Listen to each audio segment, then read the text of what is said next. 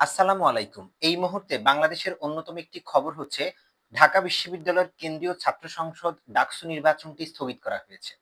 যে ডাকসু ইলেকশনকে কেন্দ্র করে সারা দেশে এক ধরনের আমেজ তৈরি হয়েছে এবং ঢাকা বিশ্ববিদ্যালয় পরীক্ষার্থীদের মধ্যে এক ধরনের উৎসাহ উদ্দীপনা তৈরি হলো। এই সেই উৎসাহ এবং উদ্দীপনা কে নষ্ট করে দিয়ে একটু আগে হাইকোর্ট থেকে একটি রায় এসেছে যে ঢাকা বিশ্ববিদ্যালয়ে যে ছাত্র সংসদ নির্বাচনটি সেটি ৩০ অক্টোবর পর্যন্ত স্থগিত করতে হবে বা করা হবে। এখন দেখার বিষয় হচ্ছে ঢাকা বিশ্ববিদ্যালয় কর্তৃপক্ষ এটাকে কিভাবে নেয় এবং ডাকসু ইলেকশন কি আদৌ হবে কি হবে না এবং এই স্থগিতাদেশটি কেন এসেছে, এটার পিছনের কারণ কি হতে পারে।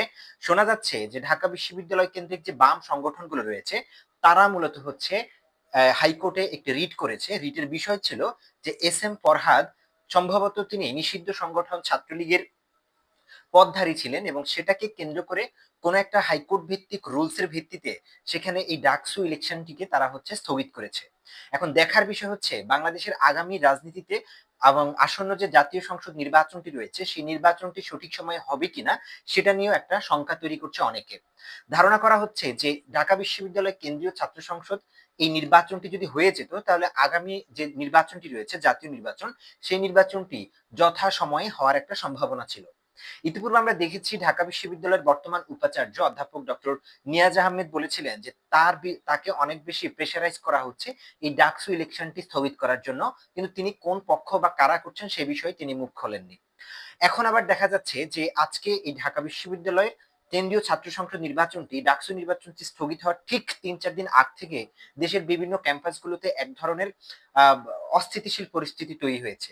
আমরা দেখেছি যে গত ৩-৪ দিন আগে ঢাকার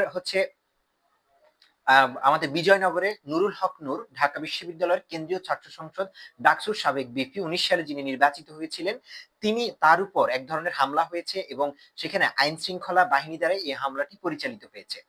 এর আগে আমরা যদি দেখি তার ঠিক একদিন পরে চট্টগ্রাম বিশ্ববিদ্যালয়ের সাথে জোবরা গ্রামের যে সাধারণ মানুষ রয়েছে তাদের সাথে একটি সংঘর্ষ হয়ে চট্টগ্রাম বিশ্ববিদ্যালয়েও উত্তাল অবস্থায় রয়েছে। অন্যদিকে রাজশাহী বিশ্ববিদ্যালয়ের যে ডাকসু নির্বাচনের যে নির্বাচন কমিশনার রয়েছে তাদের উপর একটি ছাত্র সংগঠন হামলা করে নির্বাচনটি একটা স্থগিত অবস্থায় রেখে দিয়েছে। গতকাল থেকে দেখা যাচ্ছে যে বাংলাদেশ কৃষি বিশ্ববিদ্যালয় সেখানেও স্থানীয়দের সাথে এবং বিভিন্ন রাজনৈতিক টানাপোড়েনের মধ্যে সেখানে একটা আন্দোলন চলমান রয়েছে।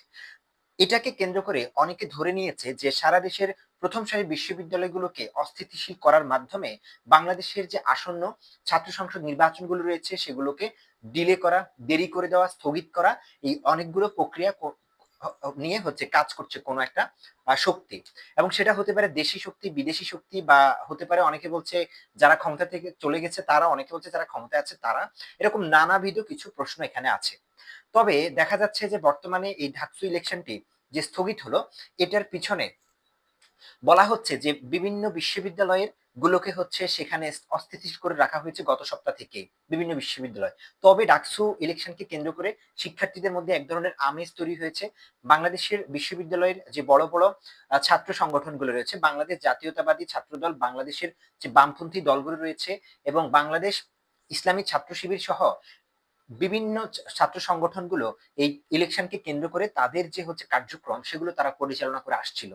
কিন্তু দেখা যাচ্ছে যে গতকাল থেকে মূলত এই ঢাকা বিশ্ববিদ্যালয়ের শান্ত থাকা অবস্থায় হঠাৎ করে আজকে দুপুরে, অর্থাৎ মাত্র ২০ মিনিট হবে সম্ভবত, ২০ মিনিট আগে যে স্থগিতাদেশটি আসলো এই স্থগিতাদেশটি আসার মাধ্যমে ঢাকা বিশ্ববিদ্যালয় ক্যাম্পাসকেও আবারও উত্তাল করে তোলা হলো। আর এর মাধ্যমে ধরে নেওয়া হচ্ছে যে যেহেতু ঢাকা বিশ্ববিদ্যালয়ের কেন্দ্রীয় ছাত্র সংসদ নির্বাচন বা ডাকসু নির্বাচনটি হচ্ছে না, এর মানে আগামী যে জাতীয় নির্বাচনটি রয়েছে সেটিও হয়তোবা কোনো একটা শঙ্কার মধ্যে পড়ে যাচ্ছে। তবে এই মুহূর্তে ঢাকা বিশ্ববিদ্যালয়ের শিক্ষার্থীরা তারা ঢাকা বিশ্ববিদ্যালয় ক্যাম্পাসে অর্থাৎ রাজপথে নেমে এসেছে ডাকসু ইলেকশনের দাবিতে। তাদের স্লোগান হচ্ছে হাইকোর্ট না ডাকসু, ডাকসু ডাকসু। এটার পক্ষে তারা এই মুহূর্তে স্লোগান দিচ্ছে।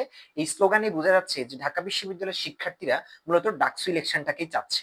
এখন দেখার বিষয় যে আগামী এই স্থায়ী হাইকোর্টের স্থগিতাদেশকে কেন্দ্র করে আদৌ কি ডাকসু ইলেকশন হবে এটাকে উপেক্ষা করে, নাকি ঢাকা বিশ্ববিদ্যালয় কর্তৃপক্ষ হাইকোর্টের এই স্থগিতাদেশকে মেনে নিয়ে আগামী ৩০ অক্টোবরের পরে তারা নির্বাচনের আয়োজন করে, কিংবা এই ৩০ অক্টোবরের পরে গিয়ে যে আইনি বেড়াজালে গিয়ে ডাকসু ইলেকশনটি যে নাকি স্থগিত হয়ে পড়ে। আমরা দেখি ডাকসু ইলেকশনের আগের যে ইতিহাসগুলো রয়েছে, ১৯৯১ সালে ডাকসু ইলেকশন স্থগিত করার পরে সম্ভবত প্রায় ২৮ বছর ডাকসু ইলেকশন আয়োজন করা সম্ভব হয়নি কোনো সরকারের পক্ষেই। অর্থাৎ ১৯৯১ থেকে ২০১৯ পর্যন্ত যে সরকারগুলো ছিল তারা কেউ ডাকসু ইলেকশন আয়োজন করতে পারেনি। তবে ১৯ সালে অবশেষে একটা ডাকসু ইলেকশন আয়োজন করা হয়। সেখানে বিপি নির্বাচিত হয়েছিল নুরুল হক নূর এবং আক্তার হোসেন। বাকিগুলো হচ্ছে তৎকালীন যে ছাত্র সংগঠন ক্ষমতাসীন ছিল তারা সেগুলো জিতেছিল। এখন দেখার বিষয় হচ্ছে যে এই যে ২৪-২৫ সালে এসে যে আবারও একটা ডাকসু ইলেকশনের আয়োজন করতে যাচ্ছিল ঢাকা বিশ্ববিদ্যালয় কর্তৃপক্ষ বা সরকারের সাইড থেকে একটা গ্রিন সিগন্যালের মাধ্যমে, সেটাও মূলত আর কার্যকর হচ্ছে না। অতএব সহজ কথায় বলা যাচ্ছে যে স্বাধীনতার পরবর্তী সময়ে অর্থাৎ প্রথম প্রথম স্বাধীনতার আগে পাকিস্তান আমলে প্রতি বছর ডাকসু ইলেকশন হয়েছে, ধারাবাহিকতা ছিল। স্বাধীন বাংলাদেশে কিছু কিছু গ্যাপ দিয়ে ধারাবাহিকতা ছিল। কিন্তু ১৯৯১ সালের পর থেকে ২০১৯ পর্যন্ত ২৮ বছর ডাকসু ইলেকশন হয়নি। আবার ১৯ সালে ডাকসু ইলেকশনের পরে ২০২৫ সালে এসে যখন ডাকসু ইলেকশন আবারও আয়োজন করতে গিয়েছে, সেখানে গিয়ে দেখা যাচ্ছে যে আবারও ডাকসু ইলেকশনটি আটকে গিয়েছে। এখন দেখা যাক এই আটকে যাওয়াটা কতদিন পর্যন্ত থাকে, সেটাই দেখার বিষয়। আপনারাও দেখতে থাকুন। ধন্যবাদ। আসসালামু আলাইকুম।